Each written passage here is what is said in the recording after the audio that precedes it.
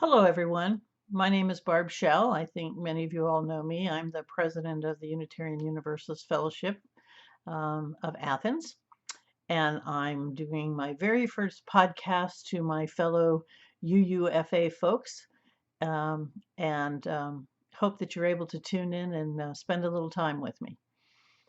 I I partly am doing this just because I'm missing your smiling faces, so I thought this might be one way to communicate. I hope that you're all sheltering in, but I also hope that you're finding ways to stay in community with the rest of the members of our fellowship. Um, as I said, I know I'm missing your smiling faces, but I was actually very excited to see that Reverend Allison and Amber and the music group and Lee Cornell managed to pull together an online service this past Sunday, which I thought was just really impressive.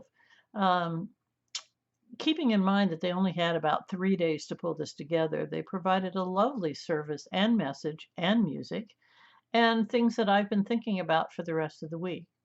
If you happen to miss being able to get there during the live presentation, it was recorded, and you can reach it by going to the Unitarian Universalist Fellowship of Athens website, and you can click on the link there to find it. One of the things that they did during that service was a meditation that involved hand washing. Now, I suspect that all of us are washing our hands more carefully and more frequently than we have done in a while. In fact, it's becoming a very frequent routine. But what Reverend Allison and Amber did is they demonstrated hand washing to the tune of a meditative song that I think many of us know, called "Breathe In and Breathe Out." Or at least that's the way I think of it. I'm not sure if that's the official title or not. At any rate, it goes like this. When I breathe in peace. When I breathe out love. Now, obviously, I can't reach Amber's standards of singing, but perhaps that little bitty will help you remember what the tune sounds like. By taking something that we're having to do almost in a chore-like fashion and reframing it as a meditation, I thought was just a great example of how we all need to be thinking about things as we move through this really unusual time in our lives and kind of navigating the sort of anxiety and the unknown about what's going to happen while at the same time pretty much staying within our same four walls or keeping our distance from other people when we do go out. So, first of all, I want to say thanks to our ministerial team for doing such a great job as they did this Sunday, and they're continuing to do. It made me think that as we adapt to our own daily routines and create new ones during this time, that we need to encourage each other to find new ways to frame the circumstances that we're in so that we can approach them with greater heart and greater calm and a sense of optimism.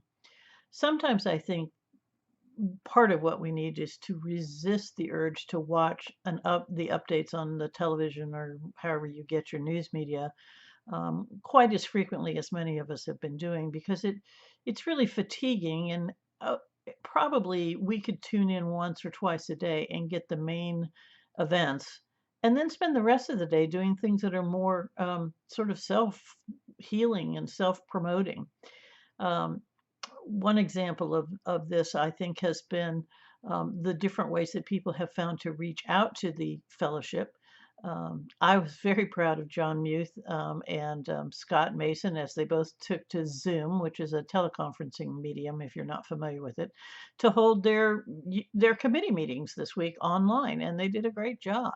I know from Reverend Allison that there's also groups on the care rings and through the various ministerial teams that are reaching out to stay in touch with other members who are checking in on our older folks and folks who have health problems to make sure that they're doing all right, and so that we're all finding ways to stay connected. We can use the time that we have now perhaps to send an email or to, oh my gosh, write an old fashioned card to each other. Just to cheer each other up and to say hi and to do something that maybe we don't always feel like we have the time to do. We can also think about using this time um, to get to those things that many of us put off because we don't feel like we have the time. For my husband John and I, that's involved a lot of digging out as we're prepping to eventually sell our house and move to a new location just around the corner, but which will have a first floor bedroom. So one of the things that we did early on is we dug out our closets, and I'm embarrassed to say how many bags of clothes we were able to clean out of our closets and donate to Goodwill, so that there are people who can use these. And it just is really a good thing to sort of unclutter your space and I think also to unclutter your mind and just sort of be in the spaces that we have to be for the time being.